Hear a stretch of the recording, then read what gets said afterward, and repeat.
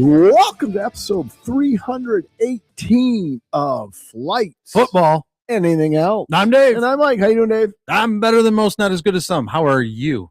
Tremendous. Good word. Splendid day, splendid week, splendid year so far. Good to be alive. Yeah, it's good to be alive. You know, it is what it is. And it was colder than a banker's heart out there today. Jesus.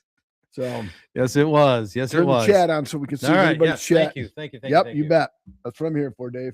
That's why you get paid the big bucks. Yes, sir. All right, there he is. 318. That's insane. It is insane. Very insane. I'm thinking, like, what the fuck is he talking about? Welcome to the show, Destination Bourbon. We love you for it, buddy. Yes, sir. We needed you on here because you're the only one that picks with any consistency in the sporting world. Right. Although my NFL picks are turning the corner. I was going to say that's going to be a topic of conversation, won't it? For segment 2, yes. Yeah. All right, let's Absolutely. kick this off with our second. Let's do it. Well, it'll be my second tasting. It will be your but second. It'll be the first tasting on the pod. It will. All right. First, we've got Tropical Fate. It's from the Mortal Bloom. You don't want to call it a franchise. The Mortal Bloom series. That's a better word. Yeah, perfect. That's a perfect word for it. From Founders Brewing Company in Grand Rapids, Michigan. It's a fruited ale. Experience the taste of the tropics with sweet pineapple, zesty lime, and subtle notes of coconut. I knew you'd like that one. Carefully balanced with mild tart yet sweet finish. All right. And Mike, even though I gave him credit and said that he was doing a wonderful job on the pick, he did point out that he was 100% last week. I mean, so you can't really, and you really cannot get any better than 100%. It's hard to, you know, because the old saying, just give 110%. That's an impossible ask. Misnomer. You can't give more than 100%. That's right. It's impossible. Yeah. That's right. I mean, you can get extra credit work on a test, but you know, if you have 3 games to pick and you get them all right, you're 100%. You can't be better than 100%. True. It's math. Facts. We're spitting facts here, and you're learning something educational, folks. All right. We're going to cheers this.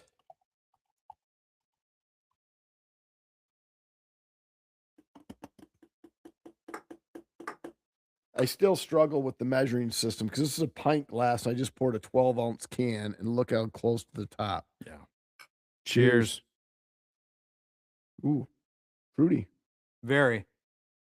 It's a fruited beer. Coconut's not overpowering, which is a plus. Chuck made it on time for the wrestling segment. You're early for that, Chuck, so you're just going to have to temper your expectations for a little bit. This is good. Look at Brian, my counterpart from the competition's in the house. Nice. And see, Brian's giving that. See, they're expecting too much out of you, Brian. 110% is more than anybody should expect. So tell him you can only do what you can do, and that's all you can do. Right on. But before we go any further, Dave. Yeah.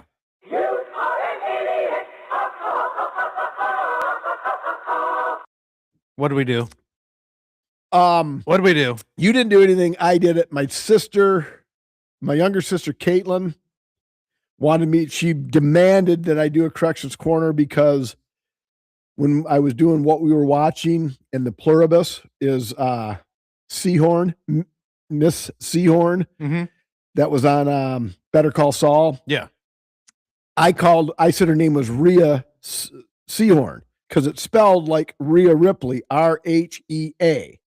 Now, Seahorn isn't spelled anything like Ripley, but Rhea, R-H-E-A, Rhea Ripley, Rhea Seahorn. She pronounces it Ray. Oh. So it's Ray Seahorn. Gotcha. So I do want to clear the air on that, and because my younger sister demanded that it was corrections corner. Yeah. So I think I caught a blind squirrel though. 'Cause she doesn't listen all the time, but she did hear that. I did correct it. Yeah. I lived up to my end of the bargain. All right, good. But that was it? Yeah. Well, I'm sure we made a lot of other mistakes. Okay. That was the only one I wanted to correct. All right. So have you had, whoa, settle down, stroke boy. Mike, have you had all of the Founders Mortal Blooms, because this is what I started pre-pod with, just the regular Founders Mortal Bloom. And then now, obviously, we've got the Tropical Fate and then a couple others as we go. But yeah, I think but the hazy's the only. He said he hates this one. Okay. And I told Dave before we started the pod that yeah, this was the one I was looking forward to the least. The least, right. I'm no quitter, though. I'm going to drink. Right. So. That's right. So he loves the regular, don't like the tropical. That's why I started with the regular. I'm looking forward to number 3, though. Number 3 is, I think that's going to be a banger. All right. What have you been watching, Dave? All right, let's start off. Paramount Plus, Landman, caught up. Season finale Sunday, I believe. It is. Yep. Looking forward to it. Great show. Like I said, every show is like a wardrobe malfunction waiting to happen. And I think the Dale and Nate, kind of the two side guys, the lawyer and the rig boss, they fit perfectly in there. I mean, you go from being, a deadly situation, high intensity, high drama, to that whole clown show. All right. Which I like. I think it tempers well. We actually almost started that, Liz and I, the other day, but my third and final what we watched is what we ended up watching instead. Okay. So, but the season finale comes out, so sometime next week we'll probably just rip through the whole season. Right. Yeah. And having Andy Garcia on there as well as Sam Elliott. I didn't know Andy Garcia was on. I knew Sam Elliott was. I didn't know Andy Garcia was. And he's playing it perfectly. I mean, I think I really, really like what they're doing with it. No spoilers because you haven't watched it, so I'm tempering what I say. All right. What do you got? During the Eagles-Niners game, after a day of football, the Bears were Saturday, Jags-Bills, game 1 Sunday. Yep. More on that segment 2. But I took the Niners-Eagles game off, and Liz and I went to Imagine Saginaw, and we saw The Housemaid. Gotcha. Sydney Sweeney. Predictable plot line. Yeah. But some nice, surprising twists made it an enjoyable movie. And the sex scene with Sydney Sweeney and the good-looking guy from 1923 worth the price of admission and all alone. In fact, I think, all movie theaters, all the rages, you bring your blanket in because it's typically cold. I'm like, I damn near had to borrow the blanket of the couple 3 rows in front of us. It's like, holy cow, hey, pass that up here. So, but I mean, her eyes kind of go this way and that way. Yeah. But we weren't looking at the eyes, right, Dave? I don't know. So I wonder what would have happened if you would have asked for the blanket, what Liz would have said. Would she have left the theater or would? No, I don't think so. Okay. Although blankets aren't as prevalent at Imagine Saginaw as they are in Birch Run. No, because those seats in Imagine Saginaw don't recline like they do. And the other thing is Birch Run is quite a bit cooler. Oh, yeah. Than Saginaw. It was legit hot. We were up, the screen's here. Liz and I were top row, right side, because we're not going to wind up like Lincoln.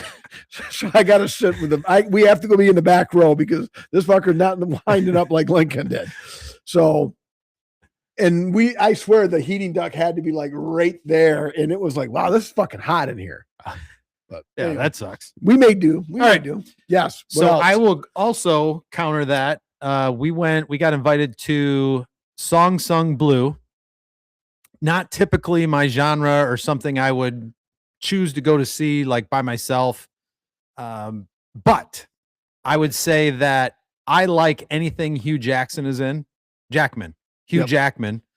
And I can't remember a movie that Kate Hudson was in that I didn't like. So we went with friends of ours. And I tell you what, I really, really enjoyed that movie. It's not about Neil Diamond. Although, I mean, obviously Hugh Jackman's character likes to sing. He's a Neil Diamond experienced singer, but great storyline. Kept me engaged the whole time. I did well up a couple times. It was that good. What do you got going? Oh, you think you're assassinatable? Oh, all right. I'm like, I couldn't read that word. Yeah. Are you fucking kidding me? The shit that I say? Absolutely. That's what I was thinking. I'm like, okay, well, you might be popular because of a podcast or something, but you're not the fucking president. Well, I'm bigger than the president. We gotta get this guy off the air. Well, it's not even the pilot, the space I steal from Brian out in the trade, and boom, that's the guy you want to go to first and foremost.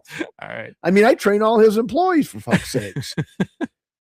All right. But Song Sung Blue, really, really good. Like I said, bit of a tear jerker in a couple places. And I didn't go into full like tear mode, but definitely welled up a little bit. So do you hear and Sweet Caroline at all in the movie? Oh yeah. Like you do the previews? Yeah. Yes. That's right. Absolutely, Mike.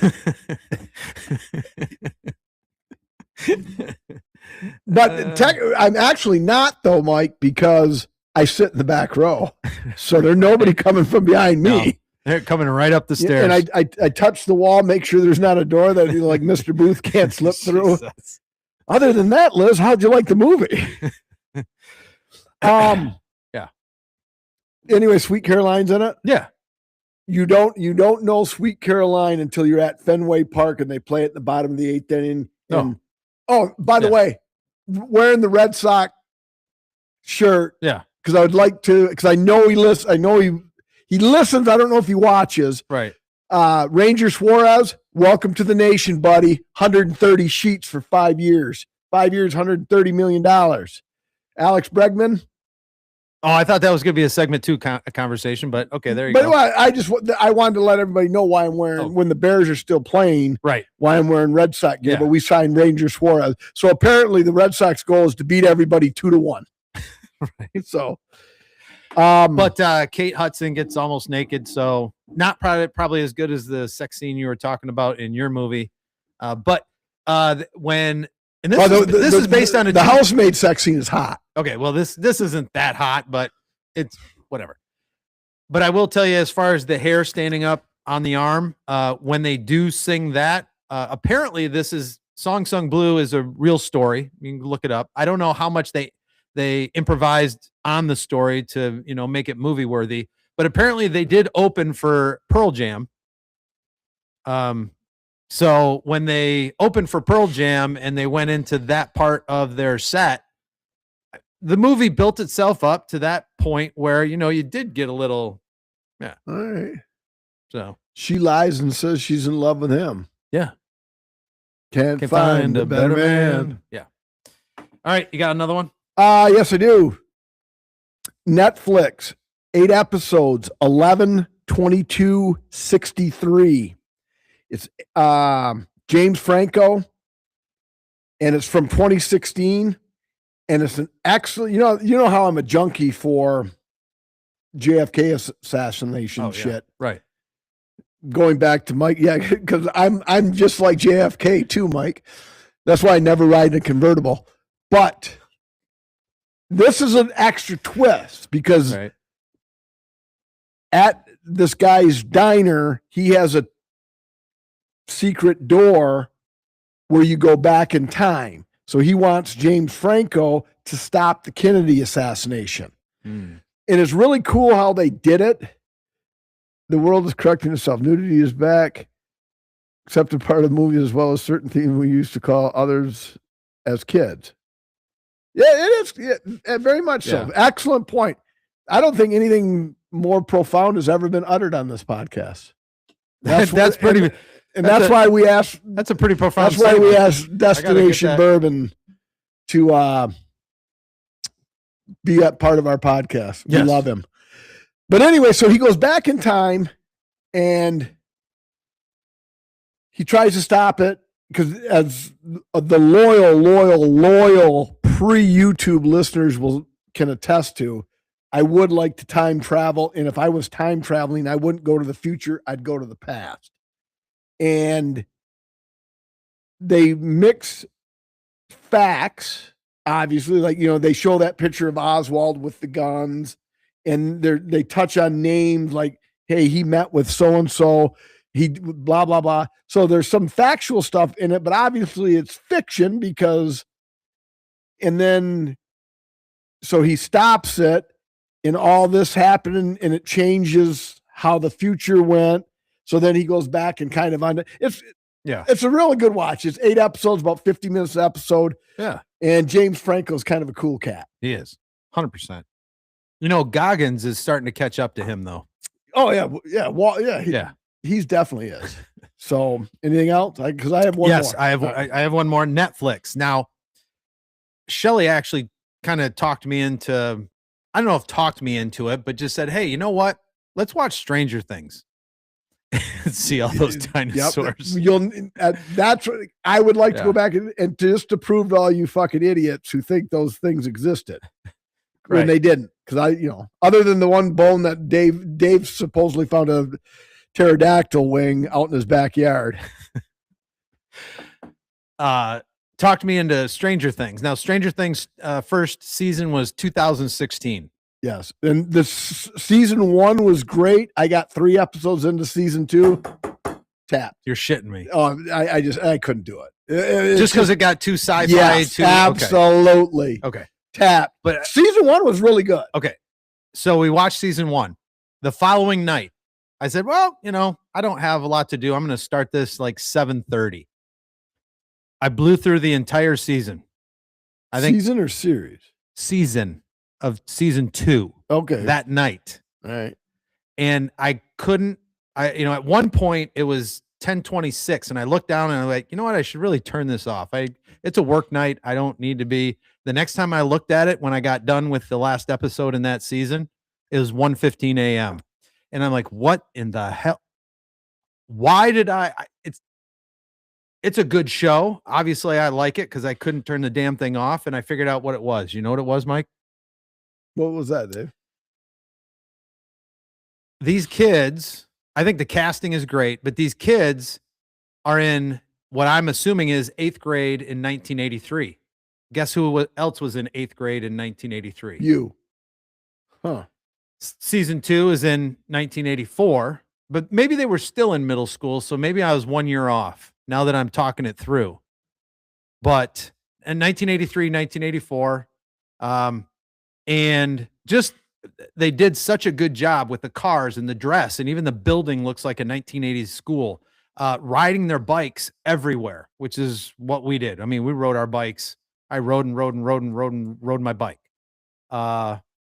Maybe that's the nostalgia part of it, is why I couldn't turn it off. So you only through 2, or have you? I'm through 2 seasons. All right, because you got like 4 more to go. Well, I know. Well, they're in season 5 right now. 3 more. Okay, I think it just ended apparently because season 5. Yeah, yeah. That's the final. Yes. Like said, responsible. I'm gonna let that simmer for a second. All right. But just I think it's the nostalgia that I kept. Maybe I'm reliving trials and tribulations as in my youth, except for the alternate universe and the whatever, the Demogorgon and all that kind of stuff. I only played Dungeons and Dragons maybe for like 1 hour once, so it's not like I'm a D&D guy. So is that what Stranger Things is about? Well, they kind of the kids down in the basement. Let's see. Yeah, that's why I tapped. So, I figured I hedged my bet and said, you know what, Winona Ryder's not going to get naked. I'm out. Right. Well, I tell you what, Mike, if an alternate universe opens up and a bunch of these Demogorgons start coming through, you're fucked because you won't know how to deal with them. No, you can't throw a football at them. All right. I'll take your word for it. All right. And then you got 3 more seasons to go. I do. So, and I'm not starting it. Our youngest son, Nick, said he didn't mind the way it ended. Okay, good. I'll never know because I won't watch it. Sure. Brian's son loves it, but it scares him. So right. I got to admit, I'm not smart enough to follow. I'm going to be honest. There was a couple times I was like smart enough to follow the shit that's going on, and that's why I give up on it. It's like, fuck it. Sure. Let's watch wrestling. See, absolutely. We're getting to wrestling, Mike. Finally, that it on Dungeons and Dragons, Stranger Things. Yeah, that's it. By the way, there was a Stranger Things tie-in with the first anniversary of Raw, so somehow life comes full circle, doesn't it? Anyway, the series Liz and I ripped through in 2 nights, only 6 episodes, so not a big deal, and that's why we didn't start Landman. Netflix, His and Hers, John Bernthal from Walking Dead. Yeah, excellent. Fucking pay attention though, because you've got it figured out until they drop a 12-6 curveball right in your fucking lap. Right. Yep. And then like right at the end, is the curveball as big of a curveball as like 6th Sense?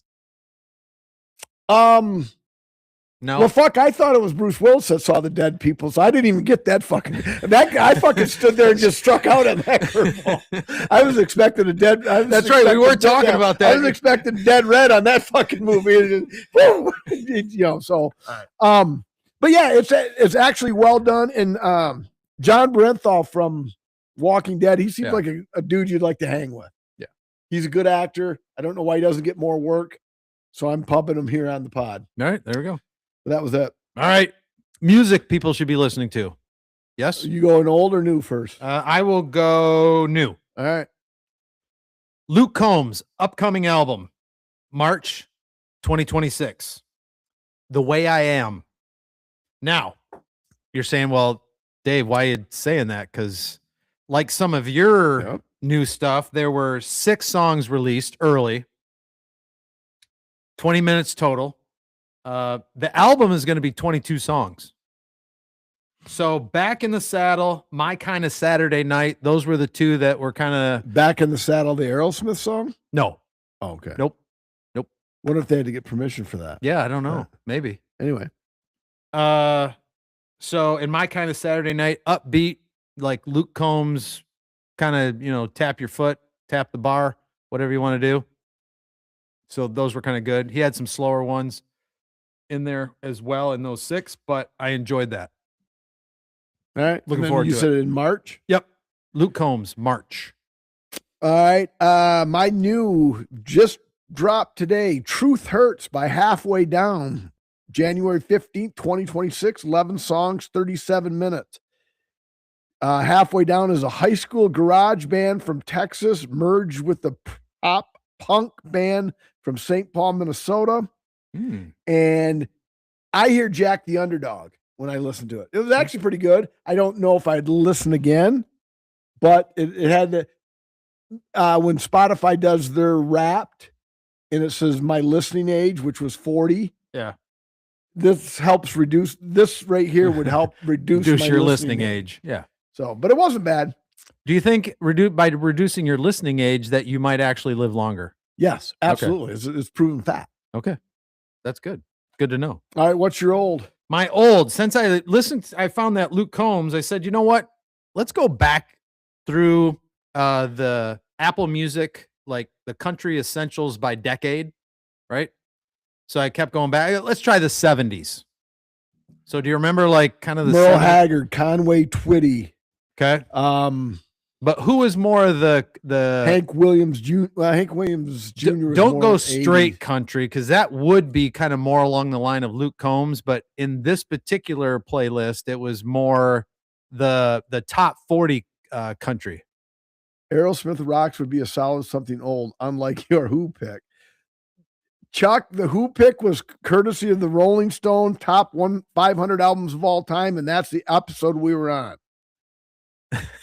He truly doesn't believe that deep down he's not sure he will survive the spot. Well, probably not, but we never know. Time is the one commodity we don't have enough of. Right. I've got the I just matched profound statements with Destination Bourbon. Time is the one asset we don't have enough of. I have the AED over here and one of those syringes like they did in Pulp Fiction, right? So, right in the middle of his chest. So the name of the album, I don't even know if I'm familiar with that album, Rocks. I'll have to look that one up. Maybe that'll be on the docket for episode 319. So to long story short, the 70s Essentials, which was mostly... Well, theoretically, I have been, Mike. Nobody lives forever, but I'm going to give it one hell of a fucking shot. Right? That 70s was loaded with Earl Campbell, Kenny Rogers, Dolly Parton. Earl Campbell. Not Earl Campbell. That's a football player shit. Yeah. He was in the 70s, though. Glenn Campbell. Glenn Campbell. All right. Yeah. So, but I just said, God, it's a good thing it's a good thing this part of the 70s country music scene is over. But the one song that I found that I was glad I found, Crystal Gale's "Don't Make My Brown Eyes Blue." Don't it make my brown eyes blue? Yeah. Which brown eye is she talking about? All right, you're old. All right. 4 and 3 and 2 and 1.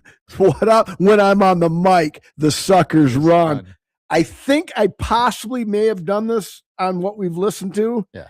But at episode 318, it's even older than it was the last time I talked about it. But Licensed to Ill, Beastie Boys, released on November 15th of 1986.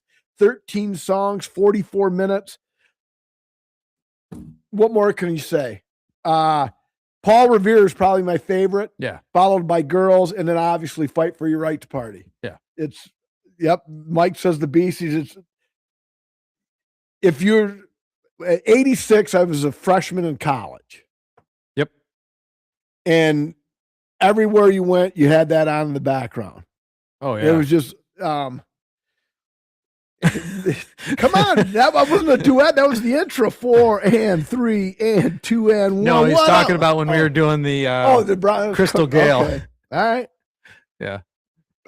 All the millions and millions of listeners, Chuck, pay big money for that. We send cameos. We should start doing those for people. Yeah. I don't know if we make any money at it. I don't know either. But anyways, and actually Girls is rivals Paul Revere. Yeah. To do the laundry, to do the dishes. And I don't even think you could release that song today. No. Well, and that's why I wanted you to go sing Song Sung Blue, because that character in that song that Hugh Jackman plays, he just likes to sing, likes to entertain. I think you would appreciate it. All right. We were going to go see that, but yeah. You had a different movie that's more up your alley. I get it. So, all right. What was the ding ding one? All right, Chuck's favorite part. Yes, Look, we sir. went to wrestling. We lost half our viewing audience. Very quickly though, AEW. I thought one of their angles was Adam Page was a recovering alcoholic, and now all he does is grab people's beers in the stands and drink it. So apparently he fell off the wagon. Right? Or they gave up on that angle. Yes. So now WWE, I'll have my Saturday night's main events picks on episode 319, because Saturday night's main event is the 23rd or 20. Today's the 15th. Yeah, the 24th or 24th. Yeah. So I'll have the picks for Saturday night's main event next week. But rumor is Chris Jericho got out of his AEW contract and is coming back to WWE. Oh. I couldn't be more against that. Okay. Why? It has nothing to do with Fozzy, the musical group, because I actually like some of the songs by Fozzy and actually saw Fozzy at Pine Knob. He played outside of Pine Knob. He won't be, Mike's not going to be 100% on the Saturday night's main events picks. So it had nothing to do with the music. Jim Rice was a fantastic Red Sox from his rookie year in 75 until probably the year after they lost to the Mets in the 86 World Series. One of the great Red Sox of all time. And yes, he will. Chris Benoit will win. He did against his wife and son. But anywho. Yeah. Enough time has passed. That was in poor taste, but enough time has passed. It'll slip through. But I don't want the Red Sox to, Bregman went to the Cubs. I don't want the Red Sox to sign Jim Rice. to play for the 2026 Red Sox. He was great. I mean, Chris Jericho was great 20 years ago in the WWE. Right. Right. That was 20 years ago. Yeah. Does he want to go out with Punk? I don't know what he wants to go out with, but it's just, yeah, it's cool that everybody wants to recapture their youth. And, you know, that's why, like, when companies bring back old items, they're real, real hot for a while and then they cool off, but everybody loves it. Nostalgia. I don't want to see Chris Jericho anymore. I don't care how good he was in WWE 20, 25 years ago, whatever it was. Right. He's in his 50s and he can't go. Right. Right. So I just, Jim Rice was my favorite player as a kid. I agree with that angle, and I like your analogy. Yeah. So anyway, yeah. You want to rate this beer? Do you have anything else for me in wrestling? No. Chuck, do you have anything else in wrestling? But Punk's announcement, right? What did he announce? Oh, I'm caught up on WWE. I didn't hear what he announced. Well, maybe this is fake news then, but it was on the site. I don't want to. Okay. He announced he's retiring. When? Yeah, that's. We'll look that up when we're doing, like, I'm getting a beer or something like that. That's got to be fake news because he's actually just cut a promo that he beat Braun Breaker. Then it's fake news, and I saw something like clickbait or something along those lines. But it looked like it was in a section that was legit. And then Royal Rumble.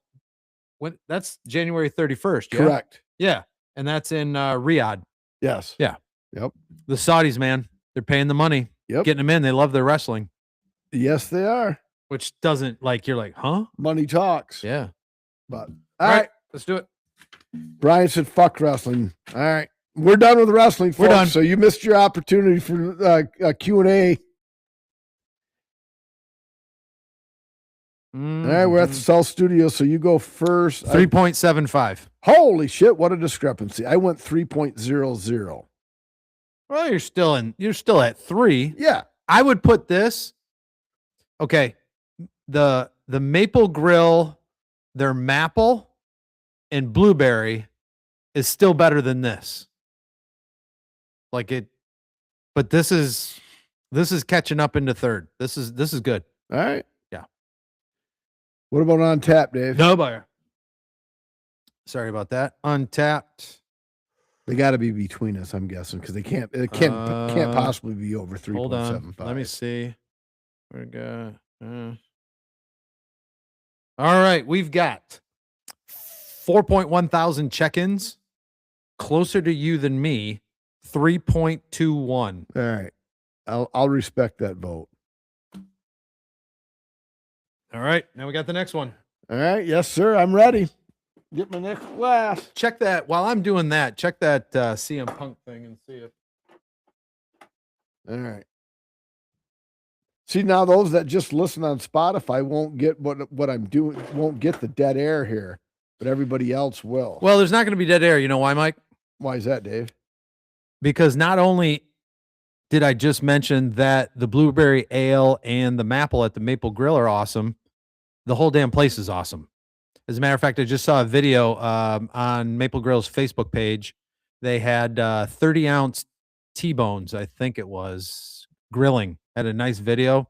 Made me want to jump in my car and go there because the Maple Grill is an amazing farm-to-table counter service restaurant and microbrewery offering a rotating selection of the freshest local items available and cooked over an open kitchen's wood-fired grill. The Maple Grill not only offers the greatest of local fare, but wood-fired craft beers and seltzers as well. But wait. Before you get into your car, go to their website, themaplegrill.net. Grill is spelled GRILLE.net. Check out the current menu and see what's on tap. Then get yourself to 13105 Gratiot Road in Hemlock, Michigan. And when you get there, tell them Mike and Dave sent you. Exactly. Recent comments about retiring from professional wrestling around age 50, aiming to gracefully bow out while still feeling strong, contrasting with his earlier, more abrupt 2014 departure for MMA. And he's currently focusing on being a fighting champion and balancing wrestling with acting, all while trying to secure a long-term WWE deal. So he's going to retire at 50. Oh, you know, few years from now. Yeah. So we're good. All right, right, this what- next one is Sinister Haze. Sinister Haze. This one's a hazy IPA, as you probably could figure out. This one comes in at 6.5% and 60 IBUs.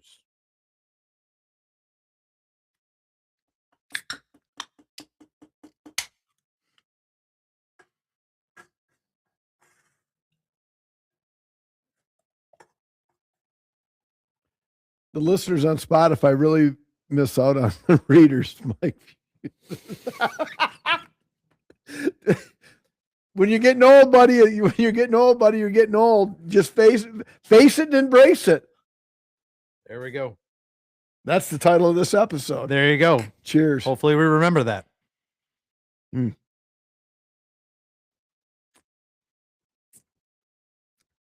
That's a classic IPA. Sure it is. That's what you drink all night long till you just vomit on yourself. Or you get shit on your phone. That's Crown Royal. Crown Royal is dog shit on the phone.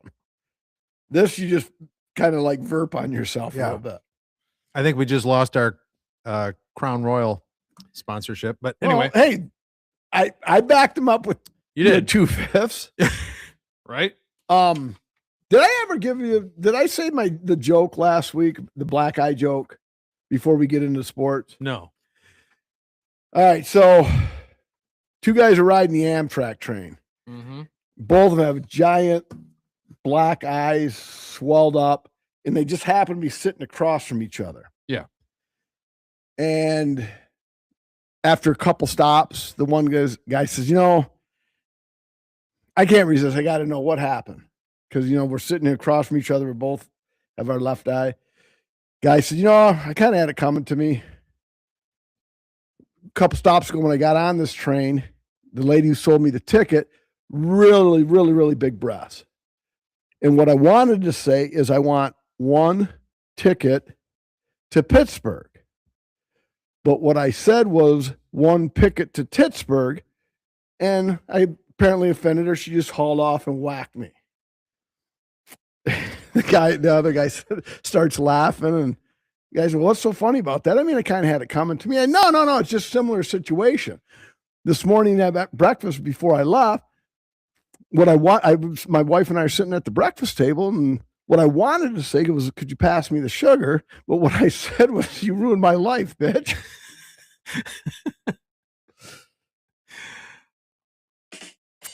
Anyway. There you go. Yeah. Oh, wait, before we do that, we're going to reinstitute an impromptu, which we've done before, Mount Rushmore of candy bars. And the only reason I bring that up, Jen, if you're listening now, post it in the chat. Sinister Haze 3.7. Mike's already given his rating. I got this for Christmas. Mm-hmm. And she ordered it somewhere. And if I'll make sure she listens and gets with me and I can follow up later. But for those that can see that, obviously you can see Snickers. But this is Snickers coffee flavor. Oh. And it is without question the best. And I know I'm prone to hyperbole, but without question, the greatest candy bar I've ever eaten. Nice. Now, disclaimer, like to Grandpa Blackhawk, he's not a coffee drinker. You have to like coffee to enjoy this candy bar. Okay. If you don't like coffee, don't bother. If you like coffee and you like Snickers, this is... Have you seen it in the stores since? No, she ordered it from somewhere and got it sent to us. She ordered it, got it, and then put it in our little Christmas bag that she gives to everybody. And I was the only one that got the Snickers. Nice. And I told Nick, I said, because Nick would have enjoyed this. I said, I must be a terrible dad because I should have gave you a piece. And Brian, fuck that. So anyway, yeah, off the cuff. So I got a new number one, Snickers coffee, Kit Kat, Butterfinger, and fuck, what would be my other? Oh, Heath. That's my Mount Rushmore candy bars. Yeah. I can't. Oh, Twix. It was a setup. Seinfeld. When in doubt, go to Seinfeld.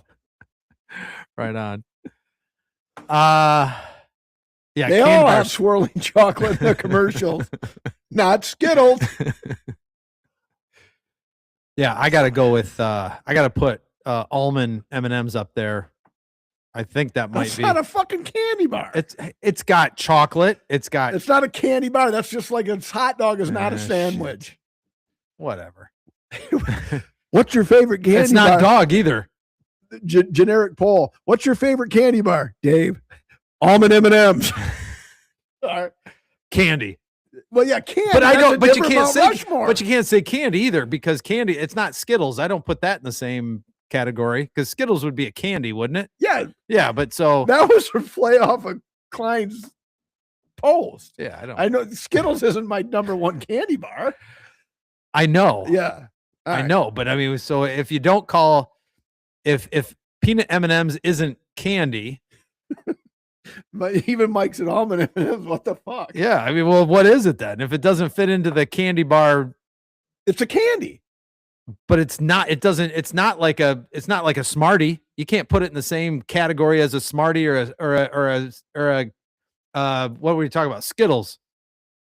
It's more Skittle than it is candy bar.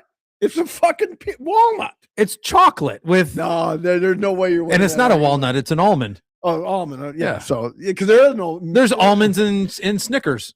There's no almonds in M&Ms. Yeah. They're not almonds, walnuts. Fuck it. Yeah, but so yeah, that I never said lost, walnuts. You lost that argument. It's not a fucking candy bar. Almond M&Ms, walnut M&Ms, chickpea M&Ms, habanero bean M&Ms. Those aren't candy bars. You lose. All right. So my Mount Rushmore is better. Jen must not be out there because she'd have already posted, but I will find out. If you like coffee and you like Snickers, this is the greatest. It's imported from Australia. I think. All right. There you God, go. I wonder what she paid on shipping on that. Duh. Fuck, Chuck. When you were there, why didn't you bring us back some? That was how many years ago? Well, it was 29. Says Google. It was 2019 because that's when Chuck brought COVID back to the whole plan.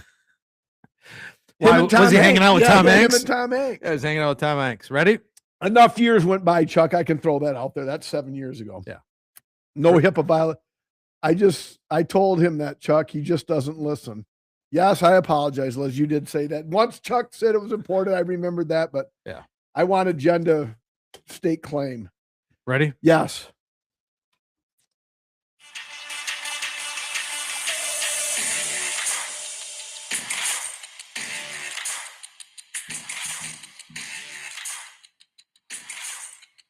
All right. Start with the NHL. They're proud to be an American watch. Patrick Kane played 4 games since our last pod, including a game on episode 317. And through January 13th at Boston, which was the only game of the 4 that he played that he didn't get a point, he had 2 goals, which was that game during episode 317. His second of which was an empty netter, being his 500th goal of his career, and 2 assists for 4 points. He now has 1,371 career points and needs 4 more to pass Madonna's 1,374 to become the all-time American goal scorer, American-born points getter. Points getter. Oh, points, not goals. Nope, points. Oh, points. Brian's I wasn't 3 is paying attention. Butterfinger, 2 is Baby Ruth, 1 is Peanut Butter, Baby Ruth, and apparently, Brian knocked one of the heads off Mount Rushmore because he only went with 3. That's all right. Put almond M&Ms in Lincoln's on Mount Rushmore, right? there. Yeah. Yeah, that was how many? Jesus, that was 3 years ago. 4 years ago. No, When you had that. When no, you had my that faux corrections. pas was my faux pas was I said JFK was on Mount Rushmore. Right. Yeah, it's Lincoln. Yeah. Yeah. So maybe because Lincoln had a bad experience at the play, maybe Brian just said, fuck it, I'm just giving 3 heads. There you go. Why not? What would be your 4th, Brian?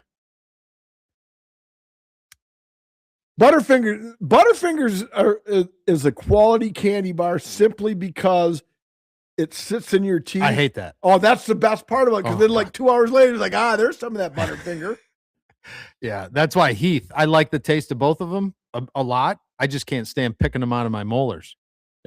See that, and that's something how the world goes wrong, because that's what makes those candy bars great to me. Right. Because it's the gift that keeps on giving, right? Absolutely. That's right, Clark. All right, so that's the NHL. Where are we going from there? All right, let's go college basketball.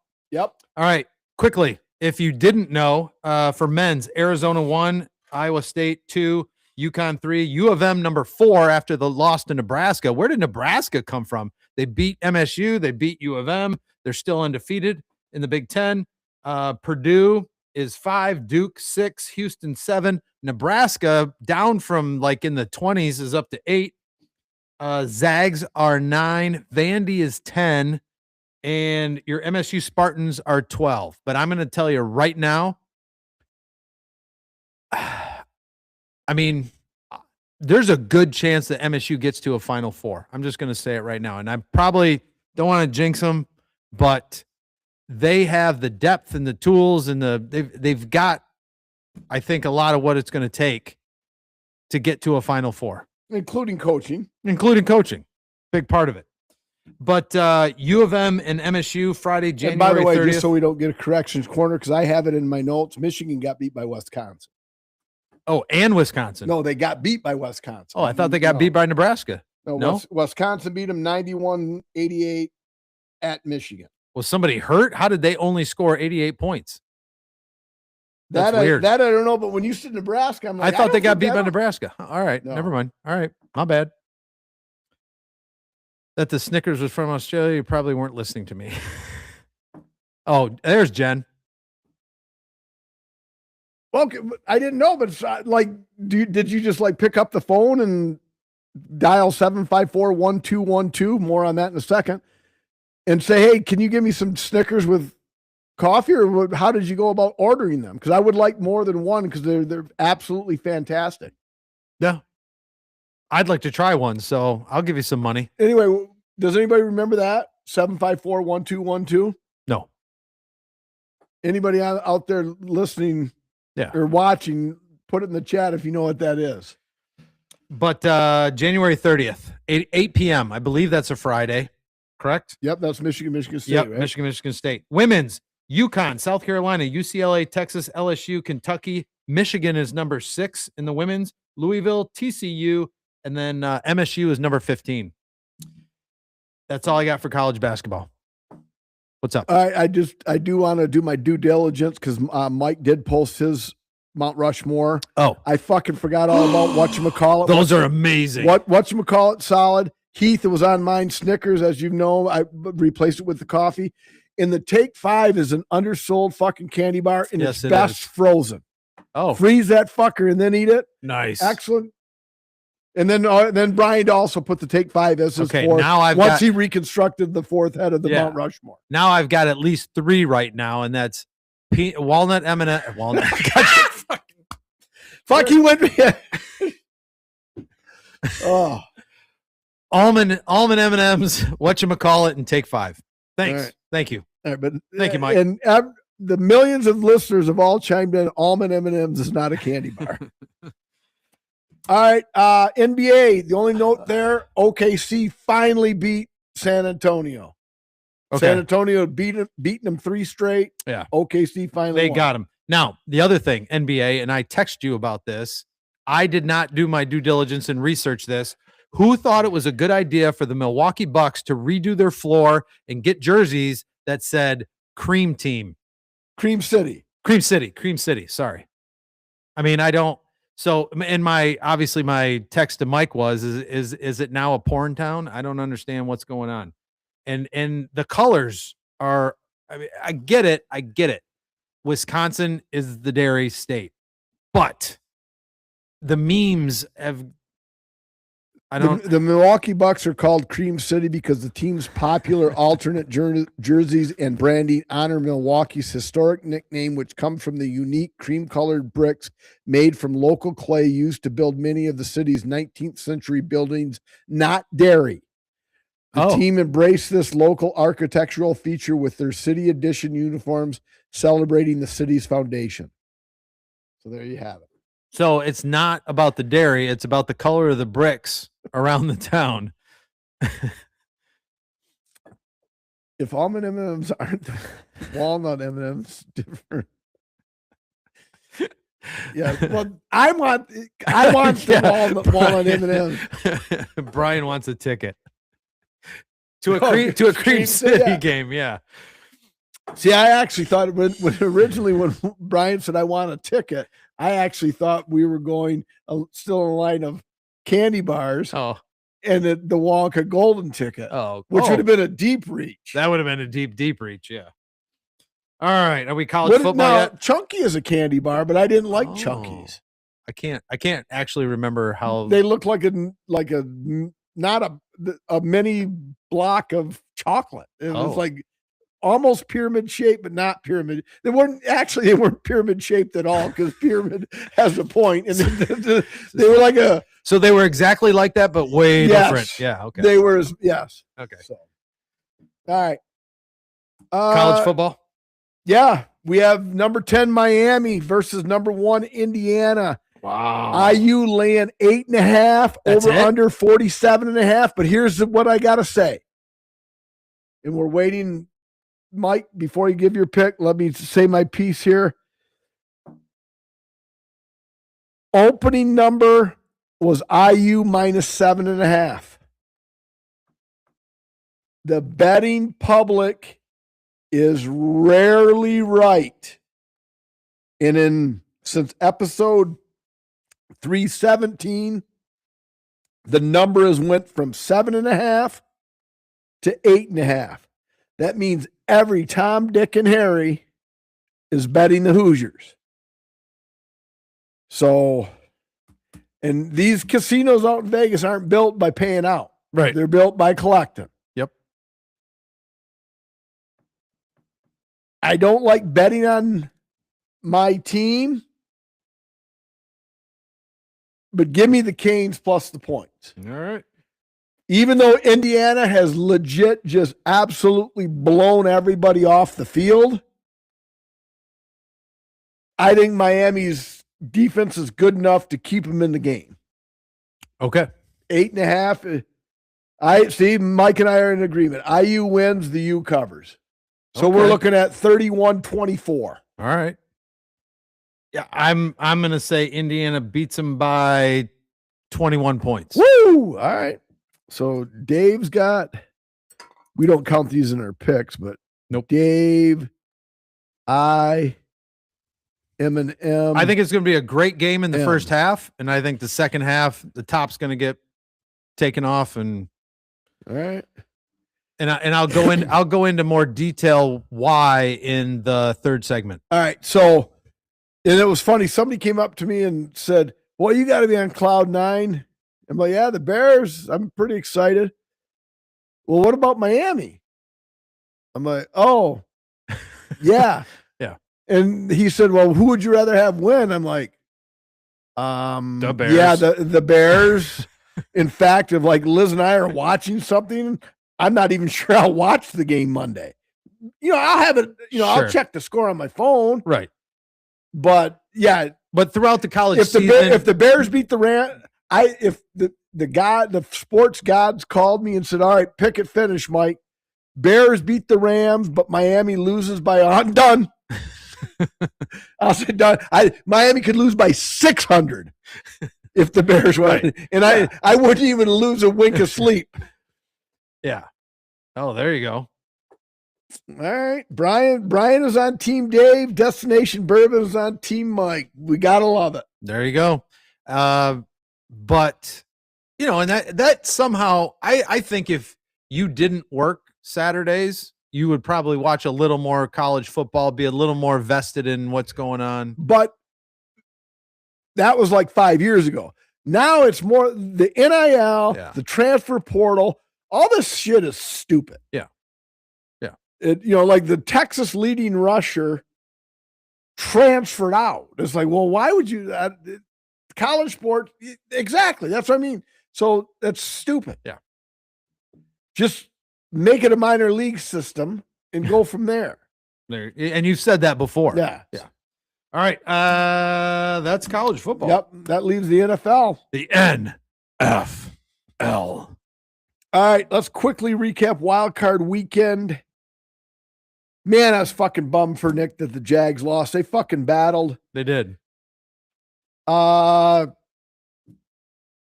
tush push rule is ridiculous. They did mark him down at the 1, but it's just stupid. I wish Lawrence would have gave a better effort on that final drive other than throwing the pick. Texans was 7-6 at half and then just absolutely curb stomp the Steelers so bad Mike Thomas said, fuck it, I quit. Right. Patriots. Yeah. And then Rams, Panthers was arguably the most exciting game of the weekend. I've got question mark. Like, what the hell happened there? I mean, and I don't do deep dives into who, did McVay pull guys off early or did it like? I think the Panthers, record aside, they were at home. I think the Panthers are better than wasn't Devontae back? Yes. I mean, the Rams have all their weapons. I thought, man, they were going to steamroll those guys. And apparently they went on the road. They were given 10.5 on the road. So apparently Vegas and the sports books thought that they were going to steamroll them as well. So anyway, all right. So, and here we are. Has this ever happened before? 3 teams from the West? No. Dave's picks and Mike's picks. Didn't we win them all? Are we there yet or no? I had you with Buffalo and the Rams. No, I had the Bears. All right, we'll have to go back to the tape. If you had the Bears, then I both on my notes. You and I both thought the Rams would win, but I circled the Rams. So all right. So that's not a corrections corner. That's we've got to go back and to editing. Okay. And put an asterisk because I have you at 1-1, 13, 23-2 for the year. Yep. I was 2-0, 15, 22-1 for the year. So we'll put a star by that because I actually have the Rams. Okay. I have the Rams and the Bills circled, and then I have San Francisco. And I said, take the 4.5 to be safe, but San Francisco will win that game. And Brian, I actually said Rams and Texans in the Super Bowl. So I'm not arguing that. And then I said Houston -3, 7-6 at half, and they blew them out. Yeah. So we will have to go back to episode 317 and re-listen. Yep. And if you pick the Bears, then you are 2-0, which would put you at 14, 22-2, 1 game behind me. Yeah. But I circled the Rams. Yeah. So we'll just have to listen to that. We'll listen. I could be wrong. Yep. I had the Rams game circled with an M and a D on it, and then I had the Bears circled with a D and the Bills. So and you might be right. Maybe I did that pre-pod and we'll take a listen. And back. I switched it. Who knows? Heaven knows the pod can use the listens, so we'll fact check it. All right. So you're either 2-0 or okay. And if we're both 2-0, that's very rare. Brian, pains me to say it. I think you're probably right, especially if the Bears spot the Rams a 15-point lead like they do. But hey, 7 times they've come back. Yeah. And I almost was one of those guys. Nick and I are watching the game Saturday night. It's 21-3 at half. And let me reiterate how bad of a first half that was, because let's not forget, the first 7 minutes and 58 seconds of that game was a 13, 14, 15, 16 play drive, whatever it was. The only negative was it resulted in a field goal rather than a touchdown, but the Bears took the opening kick, took 7 minutes, 58 seconds off the clock, right, and led 3-0. So that means, math guy here, 7:02 and 50. 22 minutes and 2 seconds was arguably some of the worst football ever played. And I said to Nick, I said, all right, Packers receive the second half kickoff. They score 28-3, Bears go 3-0. At what point am I still a fan, but can I tap? Sure. He said, well, if that happens, I don't blame you if you turn it off. And I'm like, all right, I'm going to stick it out. Yeah, but they're the as a fan, because I don't want to. I'm not tapping at halftime because of what kind of fan would I be if they come back and win this fucking game, which they did. But they're the cardiac bears. I mean, the cardiac kids. So, yeah, that's true. The weather's it's shitty. supposed to be kind of cold, and it is a night game because the Bears are the last game of the weekend, Sunday Night Football. So, Sunday Night Football, which means I have to listen to Collinsworth. Yippee! So, but yeah, so right. I'm pulling for the Bears. Yeah, see what happens. But the key is next year that because they had 7 wins in the final 5 minutes. They were trailing in the final 5 minutes. Right. They've got 7 wins. Right. That sort of stuff isn't really sustainable. No. Ask the Kansas City Chiefs. Last year, and this isn't Corrections Corner material. This is just given. It's not facts. It's just given kind of like the basics. Last year, the Chiefs were 10-1 in 1-score games, made the playoffs, yada yada yada. Yeah. Went to the Super Bowl, got beat by the Eagles. This year, they were 1-7 in 1-score games. Yeah. This stuff is so. The key is the Bears just have to be competitive, sneak in as a wild card, win the division again, whatever. They can't revert back to 3-14. Right. But I don't think Johnson likes that. Crosby gave out kind of a little nugget. Now Brian's still a Lion fan. I respect that. You got to still be your team fan of your team. Right. But more and more the Johnson hire, I love it each and every day. And I'm hoping the Bears were listening because Max Crosby was on a podcast saying how much he respects the way Ben Johnson calls the game, yada, yada, yada, almost as if to say, hey, Ben, I'll come play for you guys. If we get a Max Crosby on the defensive side of the ball, talk to me. Come on, talk to me. So, yeah. But we'll see. But anyway, so what we have here, Dave, we have 4 games, and then we'll rate this beer. I'm going to include over-unders because there are only 4 games. Saturday, we have Buffalo at Denver. Denver's -1.5. Over-unders 45.5. The second game, San Francisco at Seattle. Seattle's laying 7, 45.5. Sunday, we have Houston at New England. New England's laying 3.5. Over-under is the low of the week is 40.5. And the final game of the weekend, the Rams at the Bears. The Rams are 3.5-point road favorites and a weekend high over-under of 48.5. We're at the South Studio, so you pick. The Broncos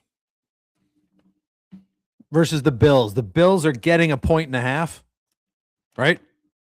I'm going with the Josh Allen effect, so I'm taking the Bills.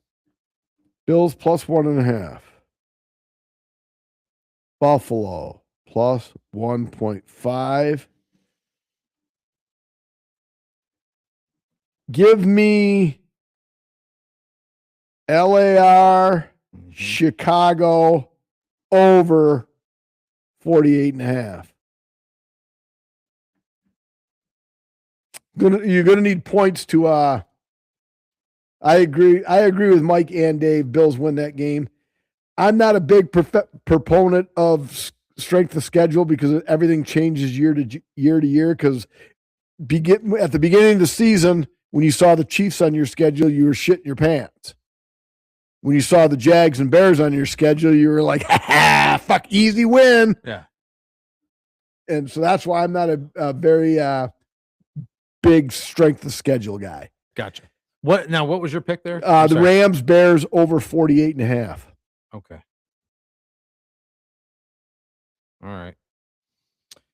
And I suck at over-unders. I just don't read enough. I'm just going to go. Because what was the over-under on the 49ers Seahawks? 49ers Seahawks is 45.5. The Rams will win the game, Mike. I'm not going to pick it because then people that listen to the pod say, "Oh, you just picked that." So if you're wrong, you're happy because the Bears win. If you lost, you can say you got the pick right on the pod. That's why I didn't pick the game, but I'm going to take the over. I actually think the the Rams win this game probably like 34-17. I hope I'm wrong. 34-17 is 51, so that's why I took the over. I'm next, right? Yes. Patriots. They're giving 3. They're giving the Texans 3. 3.5. No, it's 3.5 now? Yep. All right. And you're taking the Patriots? Yep. All right. I was going to continue my hot streak with the Texans, but you know what? Even though they just lost to the Seahawks 16-3 and George Kittle is out, give me the Niners plus the 7. All right. Because I think Sam Darnold shites himself. All right. So let's see. Dave, Mike. Got it. All right. All right. I go first. I like Sinister Haze a little better than Mike. 3.85. I could drink this all night long, or at least until I throw up on my chest.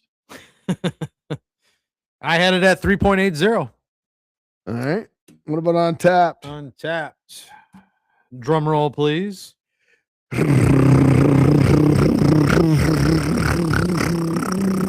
All right. We got 4.2 thousand check-ins. Those 4.2 thousand people have an average of 3.69. All right.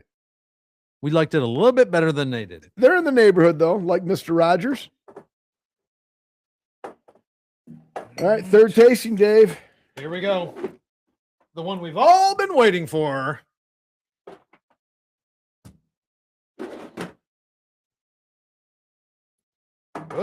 Oop. Too busy on that last one. I know Mike wants to see the readers on again. What do you got? What does it say? Citrusy notes with a smooth finish.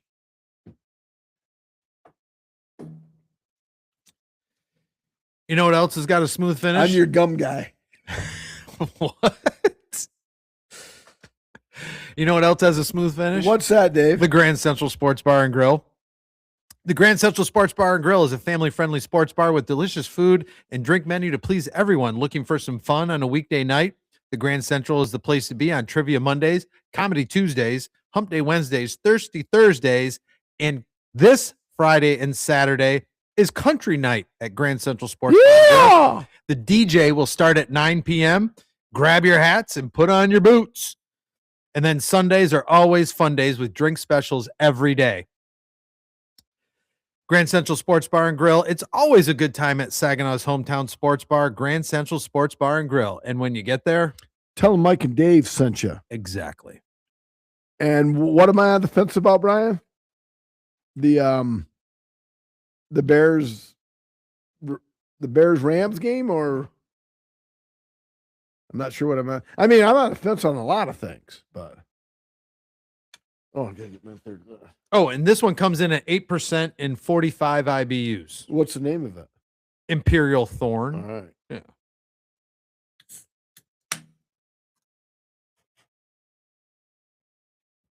Whoa. I've got the Keweenaw Brewing Company glass. What one you got over there? Fat Pants from Jeff Laporte. Oh, yeah. What could have been an ugly pour turned into damn near a commercial pour. Oops. Oh, we're going to put this one up here.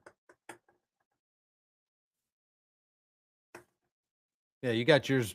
That's a good placement right there with yours. And actually, I got to switch it. That's the order that we did. And then pre 1, 2, 3. Oh, shit. Jesus. Cheers. Cheers.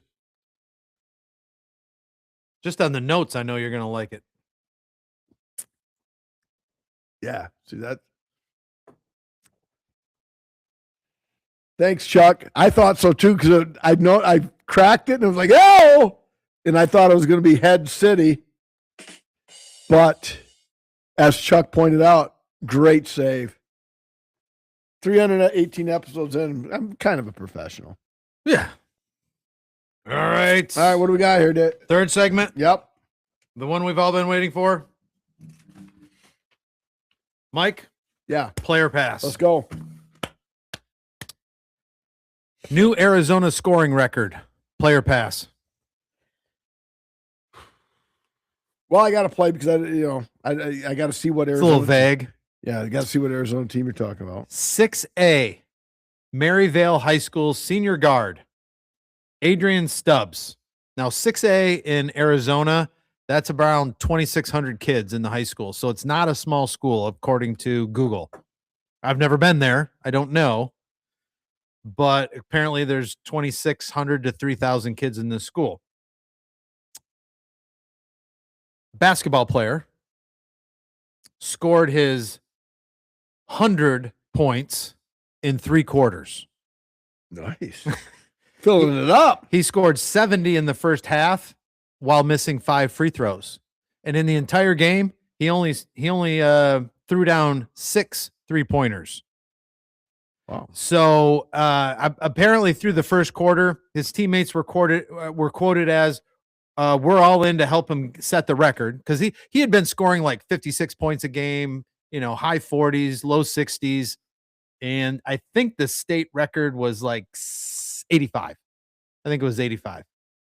So they went all in. I guess the kid was on fire, couldn't miss. And what do you know what the national record is for high school basketball? 100 was an Arizona record. 100 was an Arizona record. 113. Yeah, close. You got 2 numbers right. 135 set by Danny Heater of Brunsville High School in West Virginia in 1960. Danny Heater was not a heater. Yes, he was. All right. Yes. By the way, Mike, it's Imperial Thorn. Oh. 8%, 45 IBUs. Wonder if the other one. Yes. Wilt claims it's 10,000. I call bullshit on that. I did kind of the math. That's not. You wouldn't have time to play basketball, would you? It depends.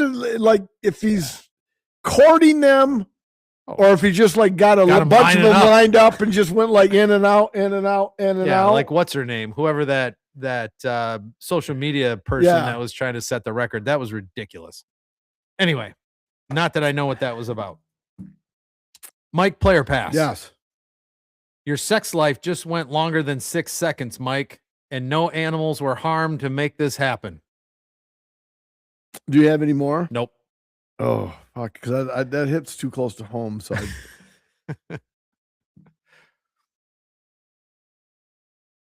and no animals were harmed. Yeah.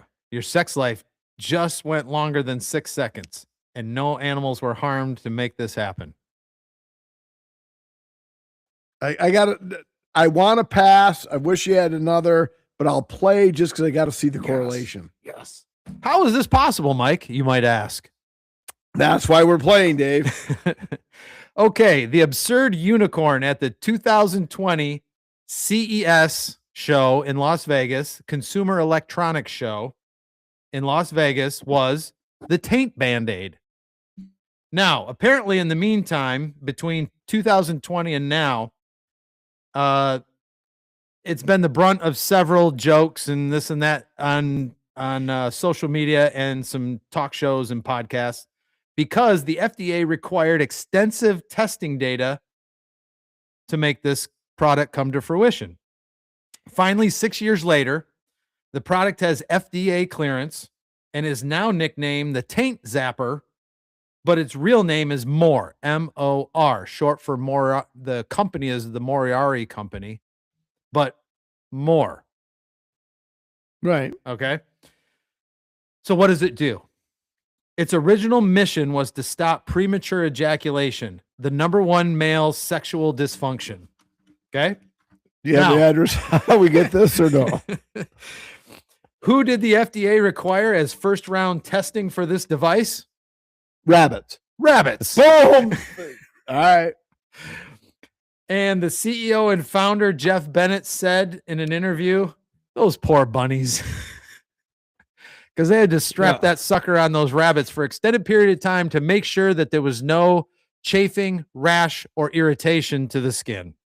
All right. Especially since there was an electrical pulse to the individual. Now, just in case you were wondering, Mike, what is this device involved? All right. So, nope, never mind. I don't have it up on here. I thought I had it up, but I looked at another article. All right. Yeah. I think the phones do that. It's I've done that before. It's like, hey, I've got like statistics on random game 108. Yeah. And then I go and it's like, Ron Jeremy's best films. But that's not the article I was fucking on. Right. So, but this is quite the device, apparently. Did you ever, in your scrolling, did you get a price on it? 300. But it does come with literally. Yeah, that's almost worth two. 1995 if you call in the next 10 minutes. $300. But it does come with a pack of 6, but you can order the individual, and they come in individual packets that supposedly are not reusable because the FDA doesn't want them reusable. So I don't know how they, So now the dumpster would come into effect there, to reuse them. Sure. That's that's interesting. The taint zapper, or the official name is MOR, MOR. Couldn't you just have somebody like punch you in the mouth to keep your fuck. Don't think about it. Don't think about it. All right. Brian was like, play it. I want to know.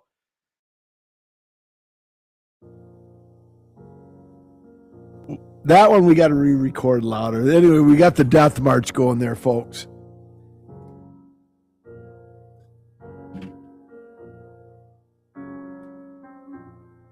This was nearly a pass week on Next One to Die, but I got some fun with it. So, number 3 is Bob Weir, 78 years old, founding member of the Grateful Dead. 2 reasons why he made the list. Number 1, I hate the Grateful Dead. The second one to come. Number 2, Jim Hartang, Hartang, 65 years old. He was an Olympic gymnast who won gold in the 84 games. In number 1, Scott Adams died at 68 years old. He was the Dilbert creator, a 3-panel comic which was ran in 2,000 papers until he made a racist comment on a YouTube live stream, and publishers pulled the plug on him. So 1 and 3 are on the list because Grant Davis, speaking of Grant, which by the way, Grant, happy birthday, Grant Ducharme. No, I meant to say that earlier. We do birthday wishes at the beginning. Happy birthday, Happy Grant. birthday, Grant. And hope, even though you had to work late today, otherwise hope your birthday was good. But once you get it 50 plus, right, it's just another day. But happy birthday, Grant. But anyway, Grant Davis actually beat Jake Danielewski to the punch on Bob Weir and Scott Adams. Okay. And I let Grant Davis know that. And Grant said, well, cut him some slack because I am on maternity leave, so I'm not doing anything. So he's busy. But I told him, I told Grant, I said, okay, well, that's nice that you're being nice, but, Jake's going to be held accountable like every other fucking employee of flight football and anything else. So step it up, Jake. People are gunning for your spot. Jake said he would be on our pod if we wanted him to be. Nice. Yes. That'd be awesome.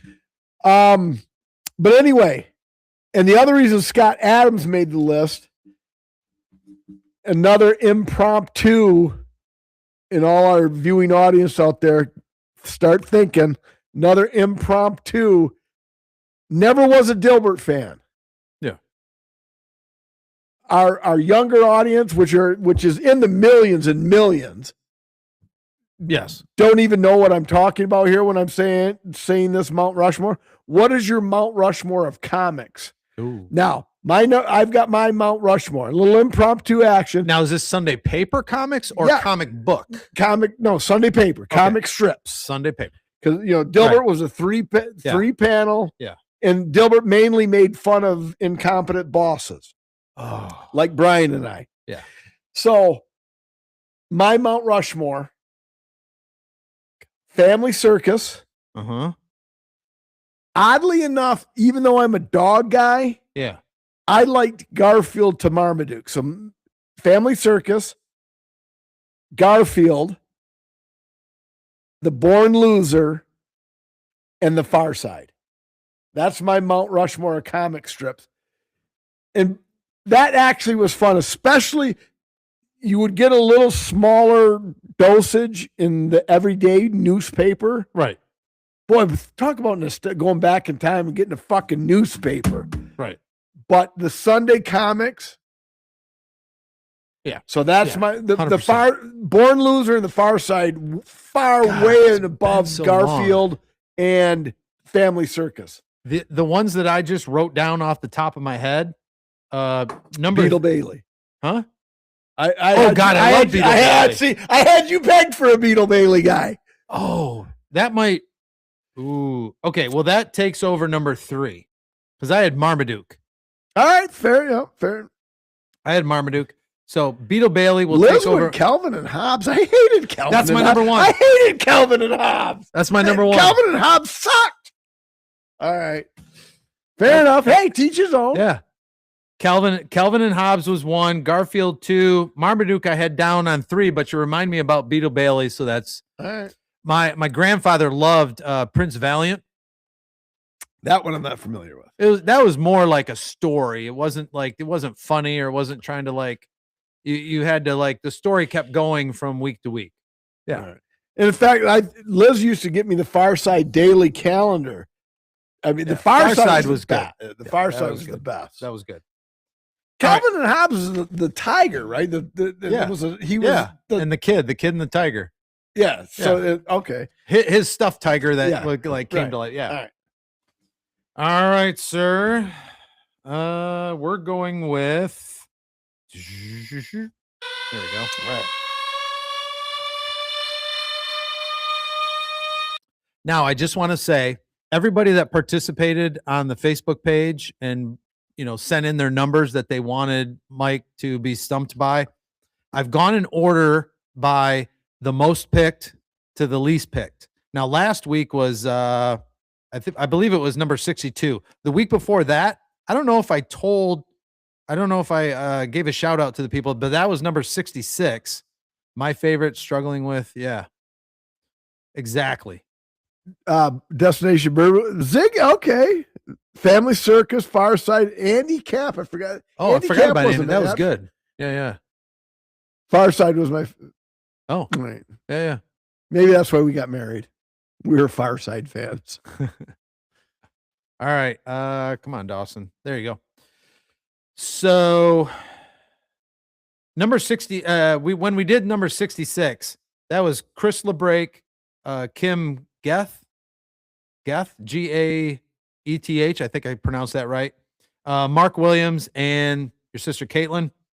Number 62 last week was Keith Poole and Ann Laundra. Was it Caitlin or Jen? Caitlin. All right. I didn't know Caitlin saw the Facebook. She's kind of sneaky. She she'll watch. You better watch it. Yeah. She's not going to give you any more coffee candy bars. No, that's Jen. Oh, that was Jen. Yes. Oh, okay. All right. This week, number 14. And number 14 was picked by Shannon Bula and Scott Sproul. Number 14. Number 14 on the list.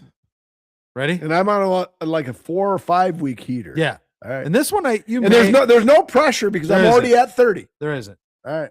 Okay.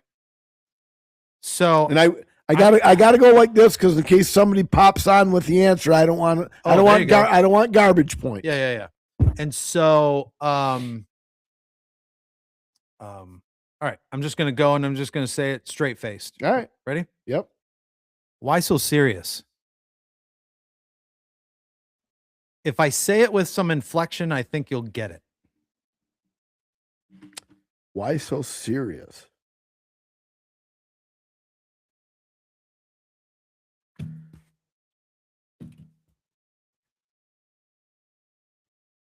I don't know if this is going to help, but it will. Why so serious? Batman. Okay.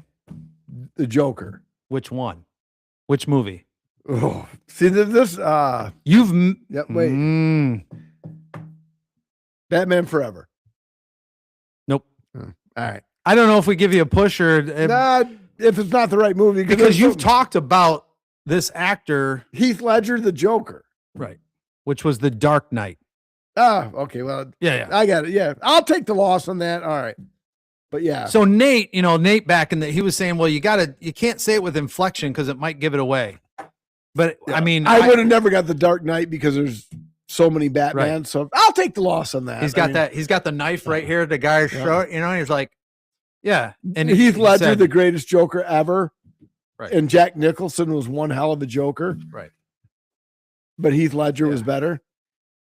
I don't know if I'd have got The Dark Knight. Yeah. So. Yeah. All right. And my dad said, why so serious? Let's put a smile on that face, shall we? I still wouldn't have. Yes, Destiny Mike got The Dark Knight, but I wouldn't have got. I don't think I knew it was in the Batman. Catalog. Right. I don't think I would have got Dark Knight. Okay. So I'll take the loss on that. Gotcha. Close, but no cigar. All right. Ready? Yep.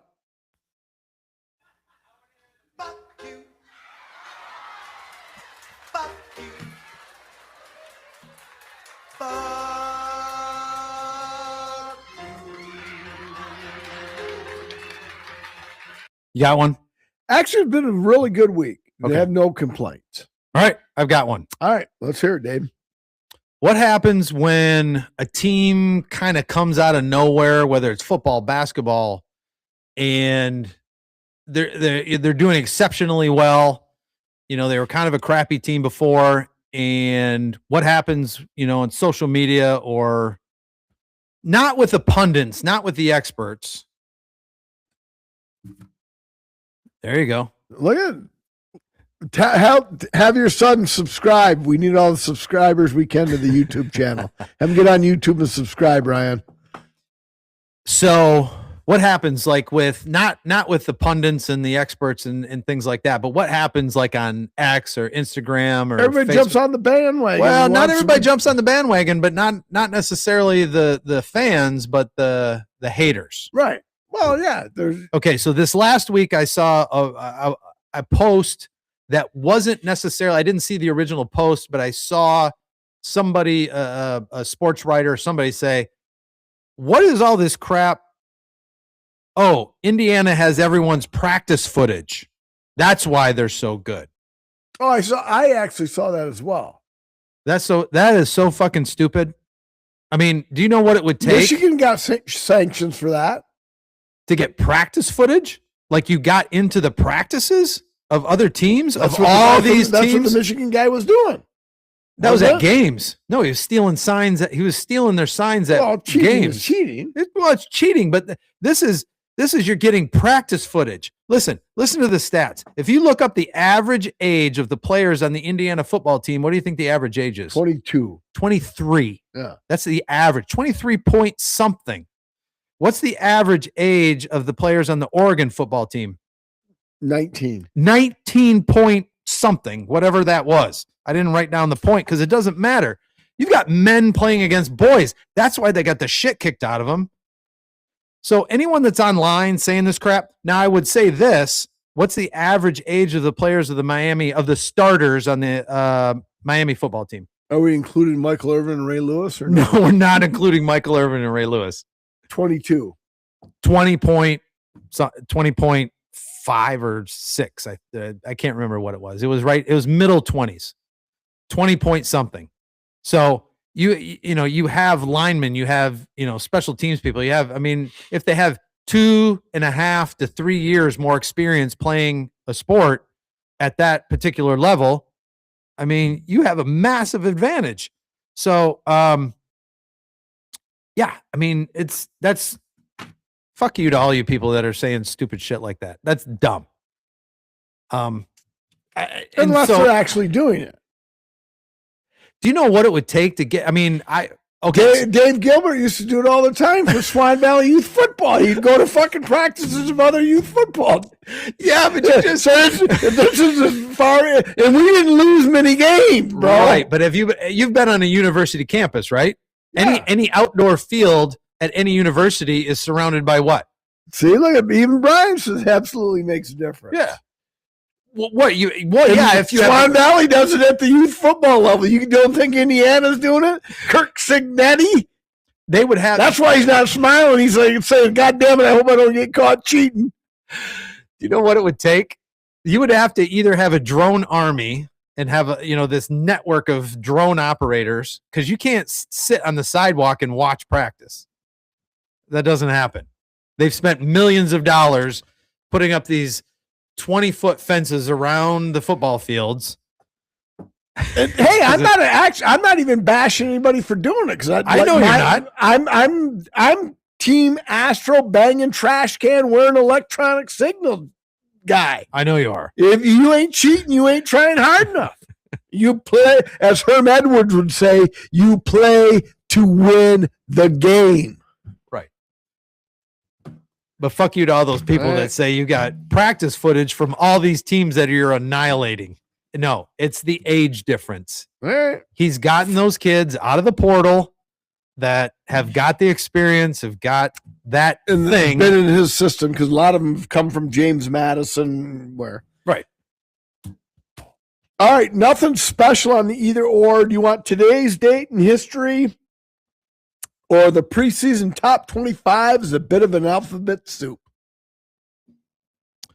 Read the first one again. Today's date in history. Oh. The top 25 is a bit of an alphabet soup. That's not terribly interesting. So let's get the history one. All right.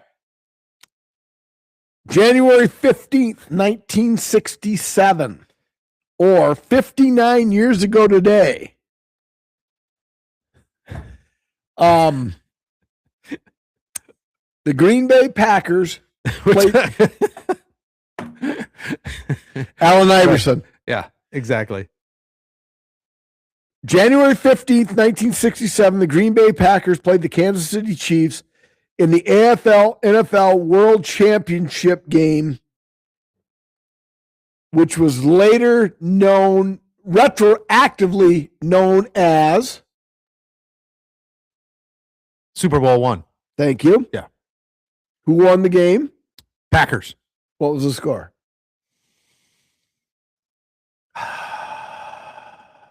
It was 32-24. 35-10. Damn. But yeah, so 33, Bart Starr. 59 years ago today. And now the only reason I put that on here, today's date in history, I thought Super Bowl one was Super Bowl one. No. I didn't know it was. I don't think they went to Super Bowls until the Jets beat the Colts in Super Bowl III. Oh, Because this was the AFL NFL World Championship game. Green Bay, Kansas City. Green Bay beat Kansas City 35-10. Green Bay, the NFL team. Kansas City, the AFL team. And then it was when the Jets beat the Colts in 3, they said, okay, well, that was 1. And then Green Bay beat, I think, the Raiders. Yeah. Is that right, Mike? In Super Bowl II? Or did they beat the Chiefs in 2 straight Super Bowls? But Green Bay won the first 2. When was Uncle Len the quarterback? I'd have to look that up. Yeah. And then Super Bowl III, the Jets beat the Colts. Right. In the game that the Jets had absolutely no chance of winning. And that's when I remember that story, because my dad said that's when he stopped betting, because he said he had, I can't remember the exact figure, it was like $500. But in 69, right, $500 was a lot of money. Yeah, and we weren't rich, obviously. Sure. Because he was like, there's no fucking way the Jets are beating the Colts. The Colts are the NFL fucking dominant team. And Right. So, yeah. But yeah, so I don't know if it's accurate to say Uncle Len or Grandpa Len. I don't know. Anyway. He was from the same hometown that my you have to, instead of F's, they would be W. It would be AWL NWL. That would be more wrestling because you got to incorporate the W for wrestling. But otherwise, you are correct, sir. What else we got, Dave? What else do we got? I don't know. I'm good, I think. The only thing I was going to suggest if we Packers Raiders. Fuck yes. Yes. Super Bowl II, Packers Raiders. I didn't know if you wanted to play the hook game once, third segment, or save it for another one. Yeah, we'll save it for another time right. when we're lacking on contact. Because this will be the closest we've come to our actual hour and a half. 7:30 to 9. Yeah. So we got to leave them wanting more, Dave. We do. That's 100%. Thank you, everybody, for participating, joining in. And look at that. Look at as we exit out, we're at a high viewer point. Oh, God damn it, who joined late? Well, usually, like here, we're on some of these, we're starting the third segment. So, maybe some people were like, hey, we just want to see. Or maybe that last one to join is somebody just off the streets. Like, who are these fuckers? Yeah, maybe. Welcome. So, welcome aboard. Get in the chat. And now I guess with oh, look at another one. Where are they coming from? They want more. Yes. They want more. Maybe we play the hook game. I don't know. That might scare them out of us playing a fucking hook game. Maybe they want Crown Royal. Nobody wants shit on your phone, Mike. Yeah, that's probably true. I don't think there's any down here to drop your phone in, but no, thank you to everybody for joining in the the chat. Nate finally Nate was one of the last two. Well, bye. The little tombstone reference. I got that fucker on. I'll be your hucklebearer. So fuck it. Nate, you don't even have to work tomorrow. You joined this late? Son of a bitch. Cruddy commercial? Son of a bitch. So when we don't have the football, and not that we'll spend more than 5 minutes on it, but maybe we'll get a little TGL in there. And then what about, hey, here's some off the mean streets of YouTube. Yeah. It's just like that. We're down. Yeah, it must be the mean street. The mean streets just got a lot less mean because we just we lost by 2/3 of our audience. What the fuck? And all I ask, this is practice because Dave told me to look into the camera when I say that. There you go. When you're on watching us, when you leave, before you leave, fucking post a comment. I'm leaving because you guys suck. I'm leaving because I'm going to go get a hand job. I'm leaving because my house is on fire. At least put a reason why you're leaving so Dave and I can act accordingly and try to adjust accordingly. Otherwise, we don't know what we're doing wrong when we go from 2,677,000 viewers to 3. We just don't know why those people all left. Well, hopefully you feel better. You're off tomorrow. You have the whole weekend to get together. So stay in and get warm and get better because we're going from 10 degrees to 38 degrees. So everybody's going to be sick tomorrow. Yeah. So get a blanket and watch The Housemaid. Yeah. Or Stranger Things. You can't jack off to Stranger Things. Okay. All right. Forgot about the blanket reference. I'm sorry. Chuck's leaving because everything we said. Thank you very much for following instructions, Chuck. We love you, buddy. Thank you. All right, what should my last question? This fucking beer yet. God, holy shit! Yeah, hold on, folks. You're first. This is the best of the night. Yeah, absolutely the best of the night. Do I go 4? Yeah, 4.0. I went 4.02. It was the best of the night, and I love it. Yep. Untapped rating. I can get that quick. Here we go. Rumor has it. More check-ins than the first two combined. Destination Bourbon's leaving for Cream City. Lucky him. 9.1 thousand check-ins. Oh, these suckers only came in at 3.76. Yeah, but still, they liked it the best too, though. They did. 321, 369, 376. Yep. All right. Thanks, everybody. If you haven't already, if you're on YouTube, smash that subscribe button. Leave a comment on Spotify. That's supposedly good for the metrics. I got to be longest at something, Chuck, because I don't last long at anything else. So it's got to be here. Until he gets the taint taser. But anyway, as you can see, as I look down the bottom of my glass, I can see I'm out of beer. And as the late, great Stuart Scott would say, you ain't got to go home, but you got to get the heck up out of here. Thanks, everybody. Love you. Peace.